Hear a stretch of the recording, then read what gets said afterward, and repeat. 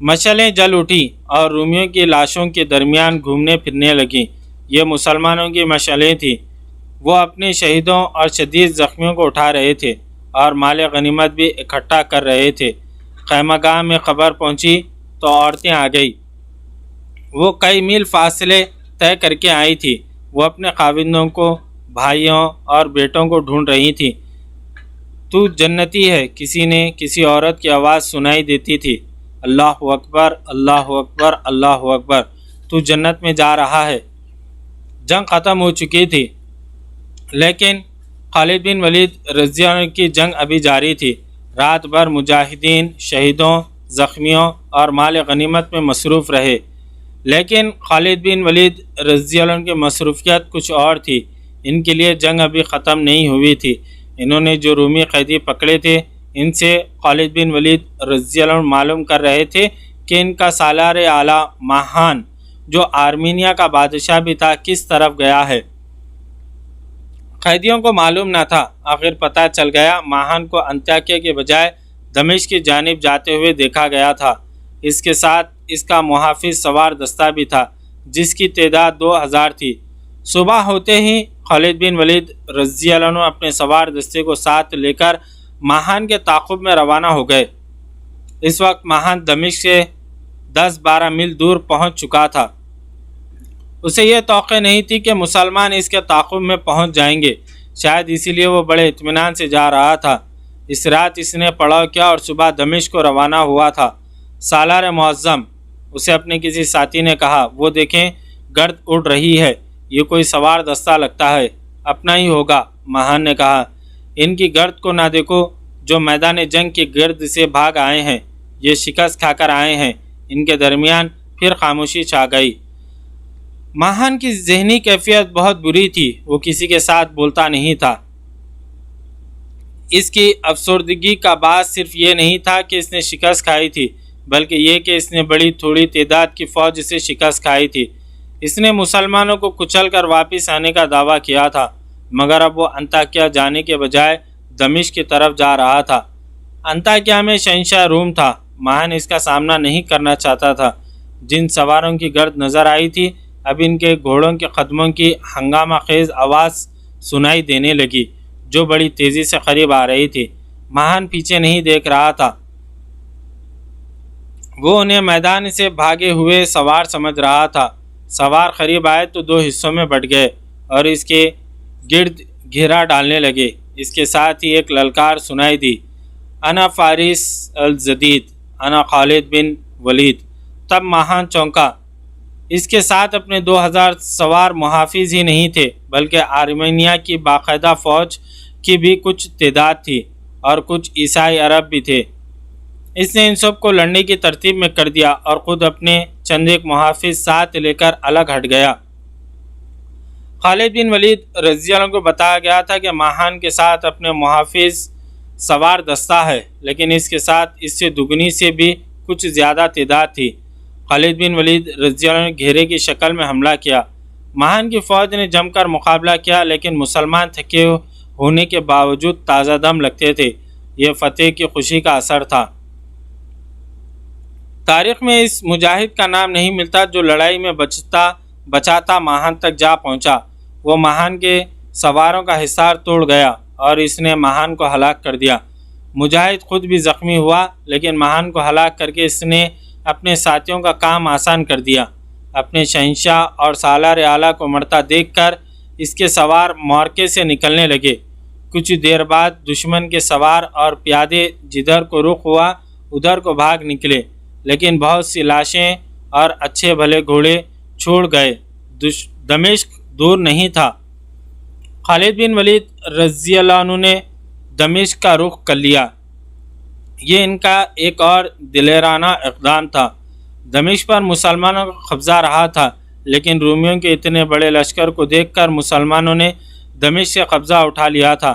خدا کی قسم، خالد بن ولید رضی اللہ عنہ نے کہا، دمشق کے دروازے اب بھی ہمارے لیے کھل جائیں گے۔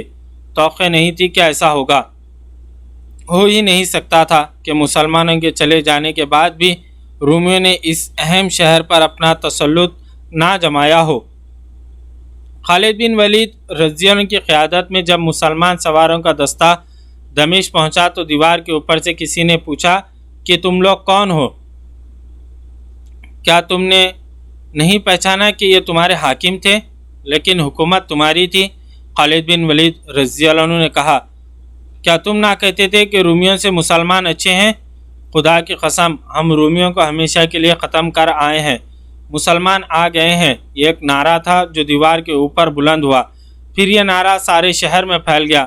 شہر کا بڑا دروازہ کھل گیا اور شہریوں کا ایک بڑا ریلا باہر نکلا۔ لوگوں نے بازو پھیلا کر مسلمانوں کا استقبال کیا اور خوشی سے ناچتے ہوئے خالد بن ولید رضی اللہ عنہ اور ان کے سوار دستے کو شہر میں لے گئے۔ یہ اس اچھے سلوک اور برتاؤ کا اثر تھا جو مسلمانوں نے اہل دمشق سے کیا تھا۔ مسلمانوں نے تو کردار کی بلندی کا یہ مظاہرہ کیا تھا کہ دمشق سے رخصت ہونے سے پہلے شہریوں سے وصول کیا ہوا جزیہ واپس کر دیا تھا۔ خالد بن ولید رضی اللہ عنہ دمشق میں نہیں رک سکتے تھے، انہیں یرموک پہنچنا تھا اور فتح کے بعد کے امور اور انتظامات دیکھنے تھے۔ وہ اسی وقت روانہ ہو گئے۔ شام سے رومی سلطنت کا بوریا بستر گول ہو گیا۔ چند دنوں بعد شہنشاہ ہرقل انطاکیہ سے رخصت ہوا۔ اس کا ٹھکانہ اب قسطنطنیہ تھا۔ دو مورخ بلازری اور طبری نے لکھا ہے کہ شہنشاہ ہرقل جب انطاکیہ سے روانہ ہوا تو اس نے کچھ دور جا کر رک کر اور پیچھے مڑ کر دیکھا۔ اے ارض شام، اس نے آہ لے کر بوجھل سی آواز میں کہا، اس بد نصیب کا آخری سلام قبول کر جو تجھ سے جدا ہو رہا ہے۔ اب رومی ادھر آئے بھی تو ان پر تیرا خوف سوار ہوگا۔ کتنا خوبصورت ملک دشمن کو دیے جا رہا ہوں۔ جنگ یرموک پر ہر دو کے مبصر نے کچھ نہ کچھ لکھا ہے۔ اس بات پر سب متفق ہیں کہ یہ جنگ خالد بن ولید رضی اللہ عنہ کے عقل سے جیتی گئی تھی اور یہ کامیابی کارگر چالوں سے حاصل کی گئی تھی۔ اس جنگ میں 4000 مومنین شہید ہوئے تھے اور زخمی تقریباً سبھی ہوئے تھے۔ خود خالد بن ولید رضی اللہ عنہ بھی زخمی تھے۔ رومیوں کی اموات 1 لاکھ سے زیادہ بتائی گئی ہیں، لیکن مورخوں کی اکثریت 70,000 پر متفق ہے۔ سلطنت اسلامیہ شام تک پھیل گئی۔ آج ایک بار پھر ارض شام آل مجوس کی زد میں ہے اور صحابہ اکرام کی روحانی اولادیں دیوانہ وار اپنی جانوں کے نذرانے پیش کر رہی ہیں۔ وقت بدل گیا، منظر وہی ہے۔ کاش کہ بشار خصاب اور نصرہ لبنانی ہرقل کی روح سے مشورہ کر لیتے۔ وہ تعداد میں بہت تھوڑے تھے، ان کے ہتھیار دشمن کے مقابلے میں کمتر تھے، ان کے ذرائع یوں محدود تھے کہ اپنے وطن سے بہت دور تھے، کمک نہیں مل سکتی تھی، اس کا حصول دشوار تھا۔ دشمن مانند ٹڈی دل تھا، اس کے ہتھیار برتر تھے، وہ اس کی اپنی زمین تھی، ملک اپنا، خیلے اپنے تھے، کمک کی اس کے یہاں کمی نہیں تھی۔ اپنی بادشاہی میں سے ہزاروں کی تعداد میں لڑنے والے لوگوں کو میدان میں لے آتا تھا، لیکن وہ جو تعداد میں تھوڑے تھے اور جو کئی سالوں سے مسلسل لڑ رہے تھے، اس دشمن کے سینے پر کھڑے تھے جو ان سے کہیں 3 گنا اور کہیں 4 گنا زیادہ طاقتور تھا۔ وہ کون تھے جنہوں نے اس دور کے سب سے زیادہ طاقتور دشمن کو فیصلہ کن شکست دی تھی؟ وہ صحابہ اکرام تھے، وہ تابعین اکرام تھے۔ وہ نام کے مسلمان نہیں تھے، وہ جنگی طاقت کو آدمیوں اور گھوڑوں کی تعداد سے نہیں، جذبے اور ایمان سے ناپتے تھے۔ یہ ایمان کی قوت کا کرشمہ تھا کہ شام میں قیصر روم کا پرچم اتر گیا تھا۔ جن قلعوں پر یہ پرچم لہرایا کرتا تھا، ان قلعوں میں سے اب اذانیں گونج رہی تھیں۔ یرموک کے میدان جنگ میں 4000 مجاہدین نے اپنی جانوں کی قربانی دے کر رومیوں کو شام سے بے دخل کر دیا تھا۔ شہنشاہ ہرقل جو ایک جابر جنگجو تھا اور اپنی فوج کو ایک ناقابل تسخیر فوج سمجھتا تھا، اس حالت میں شام کی سرحد سے نکلا تھا کہ اس نے جوابی حملے کی سوچنے کے بجائے ذہنی طور پر شکست تسلیم کر لی تھی۔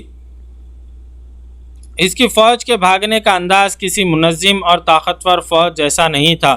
اس فوج کی آدھی نفری ماری گئی، زخمیوں کا کچھ حساب نہ تھا، اور اب جو بھاگنے کے قابل تھے وہ افراد میں بکھر کر بھاگے۔ ان میں سے زیادہ تر نے بیت المقدس جا پناہ لی۔ اس وقت بیت المقدس ایلیا کہلاتا تھا۔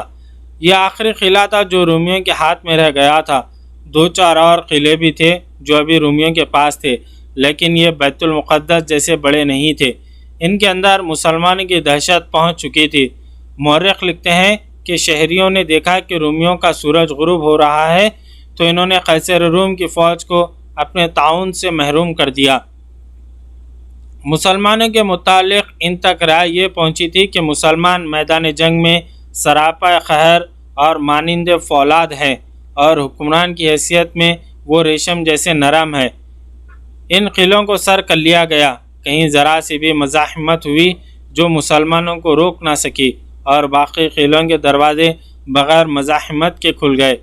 شہریوں نے مسلمانوں کا استقبال کیا اور جزیہ ادا کر دیا۔ البتہ بیت المقدس ذرا بڑا شہر تھا، اسے سر کرنا دشوار نظر آ رہا تھا۔ بیت المقدس میں رومی سالار اطربون تھا، جس کے متعلق مورخوں نے لکھا ہے کہ فن حرب و ضرب میں ہرقل کا ہم پلہ تھا۔ بعض مورخوں نے اسے ہرقل کا ہم مرتبہ بھی کہا ہے۔ مسلمانوں کے جاسوس بیت المقدس تک پہنچے ہوئے تھے۔ ان کی لائی ہوئی اطلاعات کے مطابق اطربون جابر اور بے خوف سالار تھا۔ وہ مرتے دم تک لڑنے والا جنگجو تھا۔ بیت المقدس کے دفاع میں اسے آخری دم تک لڑنا ہی تھا، کیونکہ اس خطے میں رومیوں کا یہ آخری مضبوط قلعہ تھا۔ یہ ایک مقام اور بھی تھا جو خاصا اہم تھا، یہ تھا قیصاریہ۔ اس کا قلعہ بھی مضبوط تھا۔ اس وقت تک مسلمان جابیہ کے مقام پر خیمہ زن تھے۔ یرموک کی جنگ کے بعد وہ جابیہ چلے گئے تھے۔ زخمیوں کی تعداد غیر معمولی تھی، اور جو زخمی نہیں تھے وہ لڑنے کے قابل نہیں رہے تھے۔ وہ تو پہلے ہی تھکن سے چور تھے۔ جنگ یرموک نے ان کے جسموں کا دم خم توڑ دیا تھا۔ انہیں آرام کی ضرورت تھی، اور زخمیوں کی مرہم پٹی اس سے زیادہ ضروری تھی۔ اپنے زخم ٹھیک ہونے کا انتظار کرنا تھا۔ انتظار خطرناک ہو سکتا تھا۔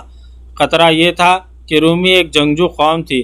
شکست تو انہیں فیصلہ کن ہوئی تھی، لیکن وہ اتنی جلدی اور اتنی آسانی سے شکست کو تسلیم نہیں کر سکتے تھے۔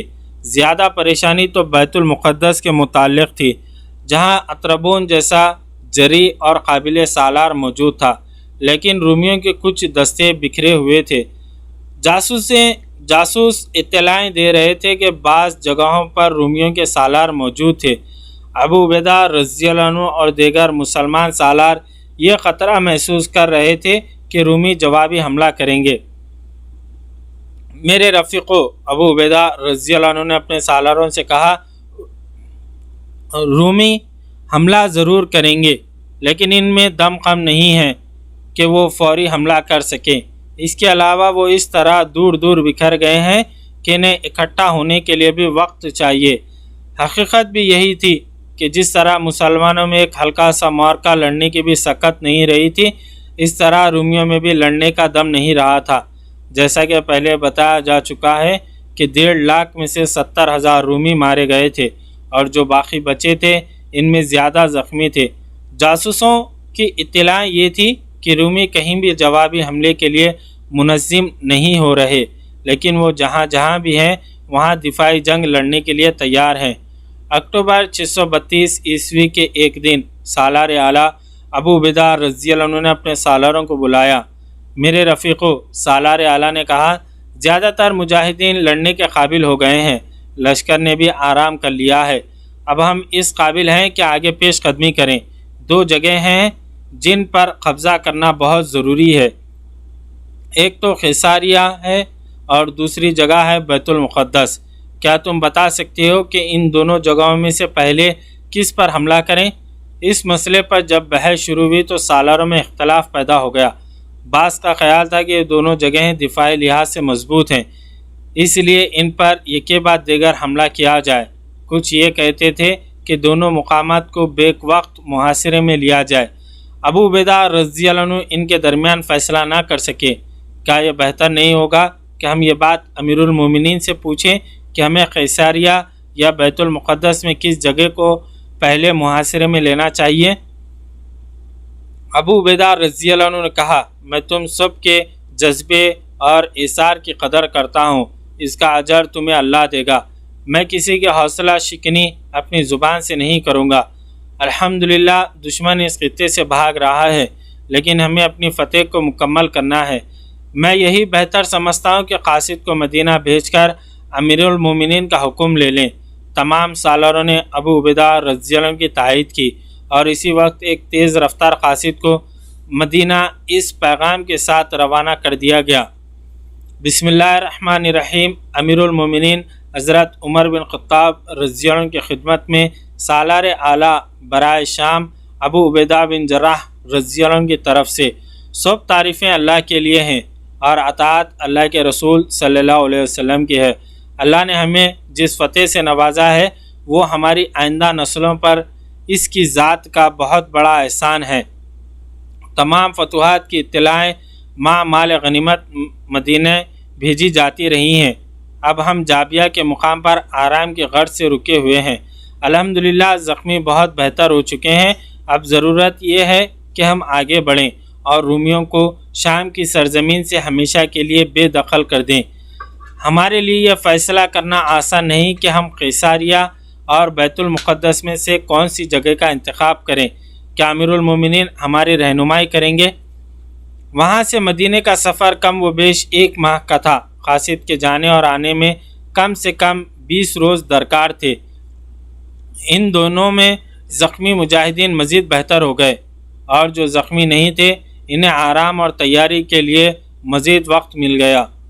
بیت المقدس کے اندر کے ماحول پر جہاں شکست کی افسردگی، شرمساری اور دہشت طاری تھی، وہاں جوش و خروش بھی پایا جاتا تھا۔ یہ جوش و خروش رومی سالار اطربون کا پیدا کردہ تھا۔ وہ ابھی مسلمانوں کے مقابلے میں نہیں آیا تھا۔ اس نے سنا تو تھا، اور بڑی اچھی طرح سنا تھا، کہ رومی فوج کسی بھی میدان میں مسلمانوں کے مقابلے میں جم نہیں سکی، لیکن اطربون نے اپنے آپ پر یہ وہم طاری کر لیا تھا کہ وہ مسلمانوں کو بیت المقدس میں شکست دے دے گا۔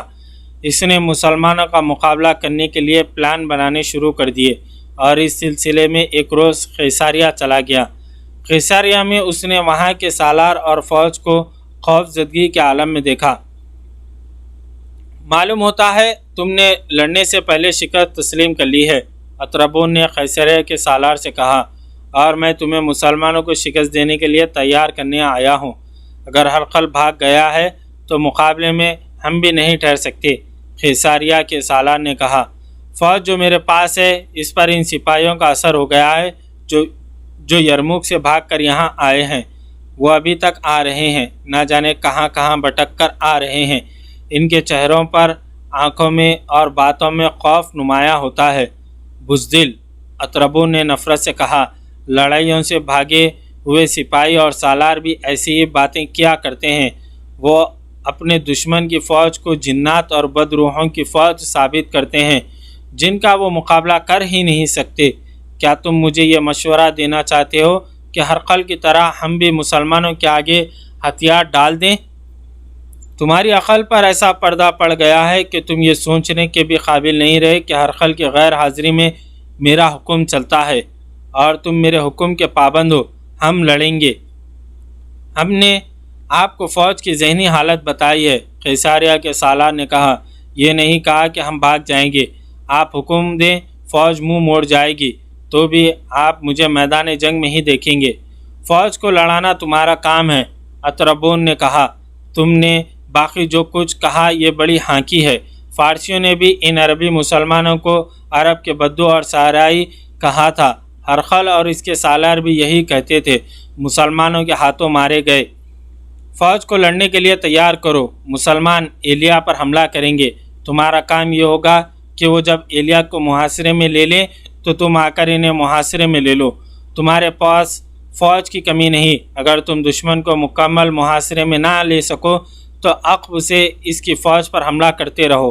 میں اپنے دستے شہر کے باہر بھیج کر اتنا سخت ہلہ بولوں گا کہ دشمن قدم جمانے کے قابل نہیں رہے گا۔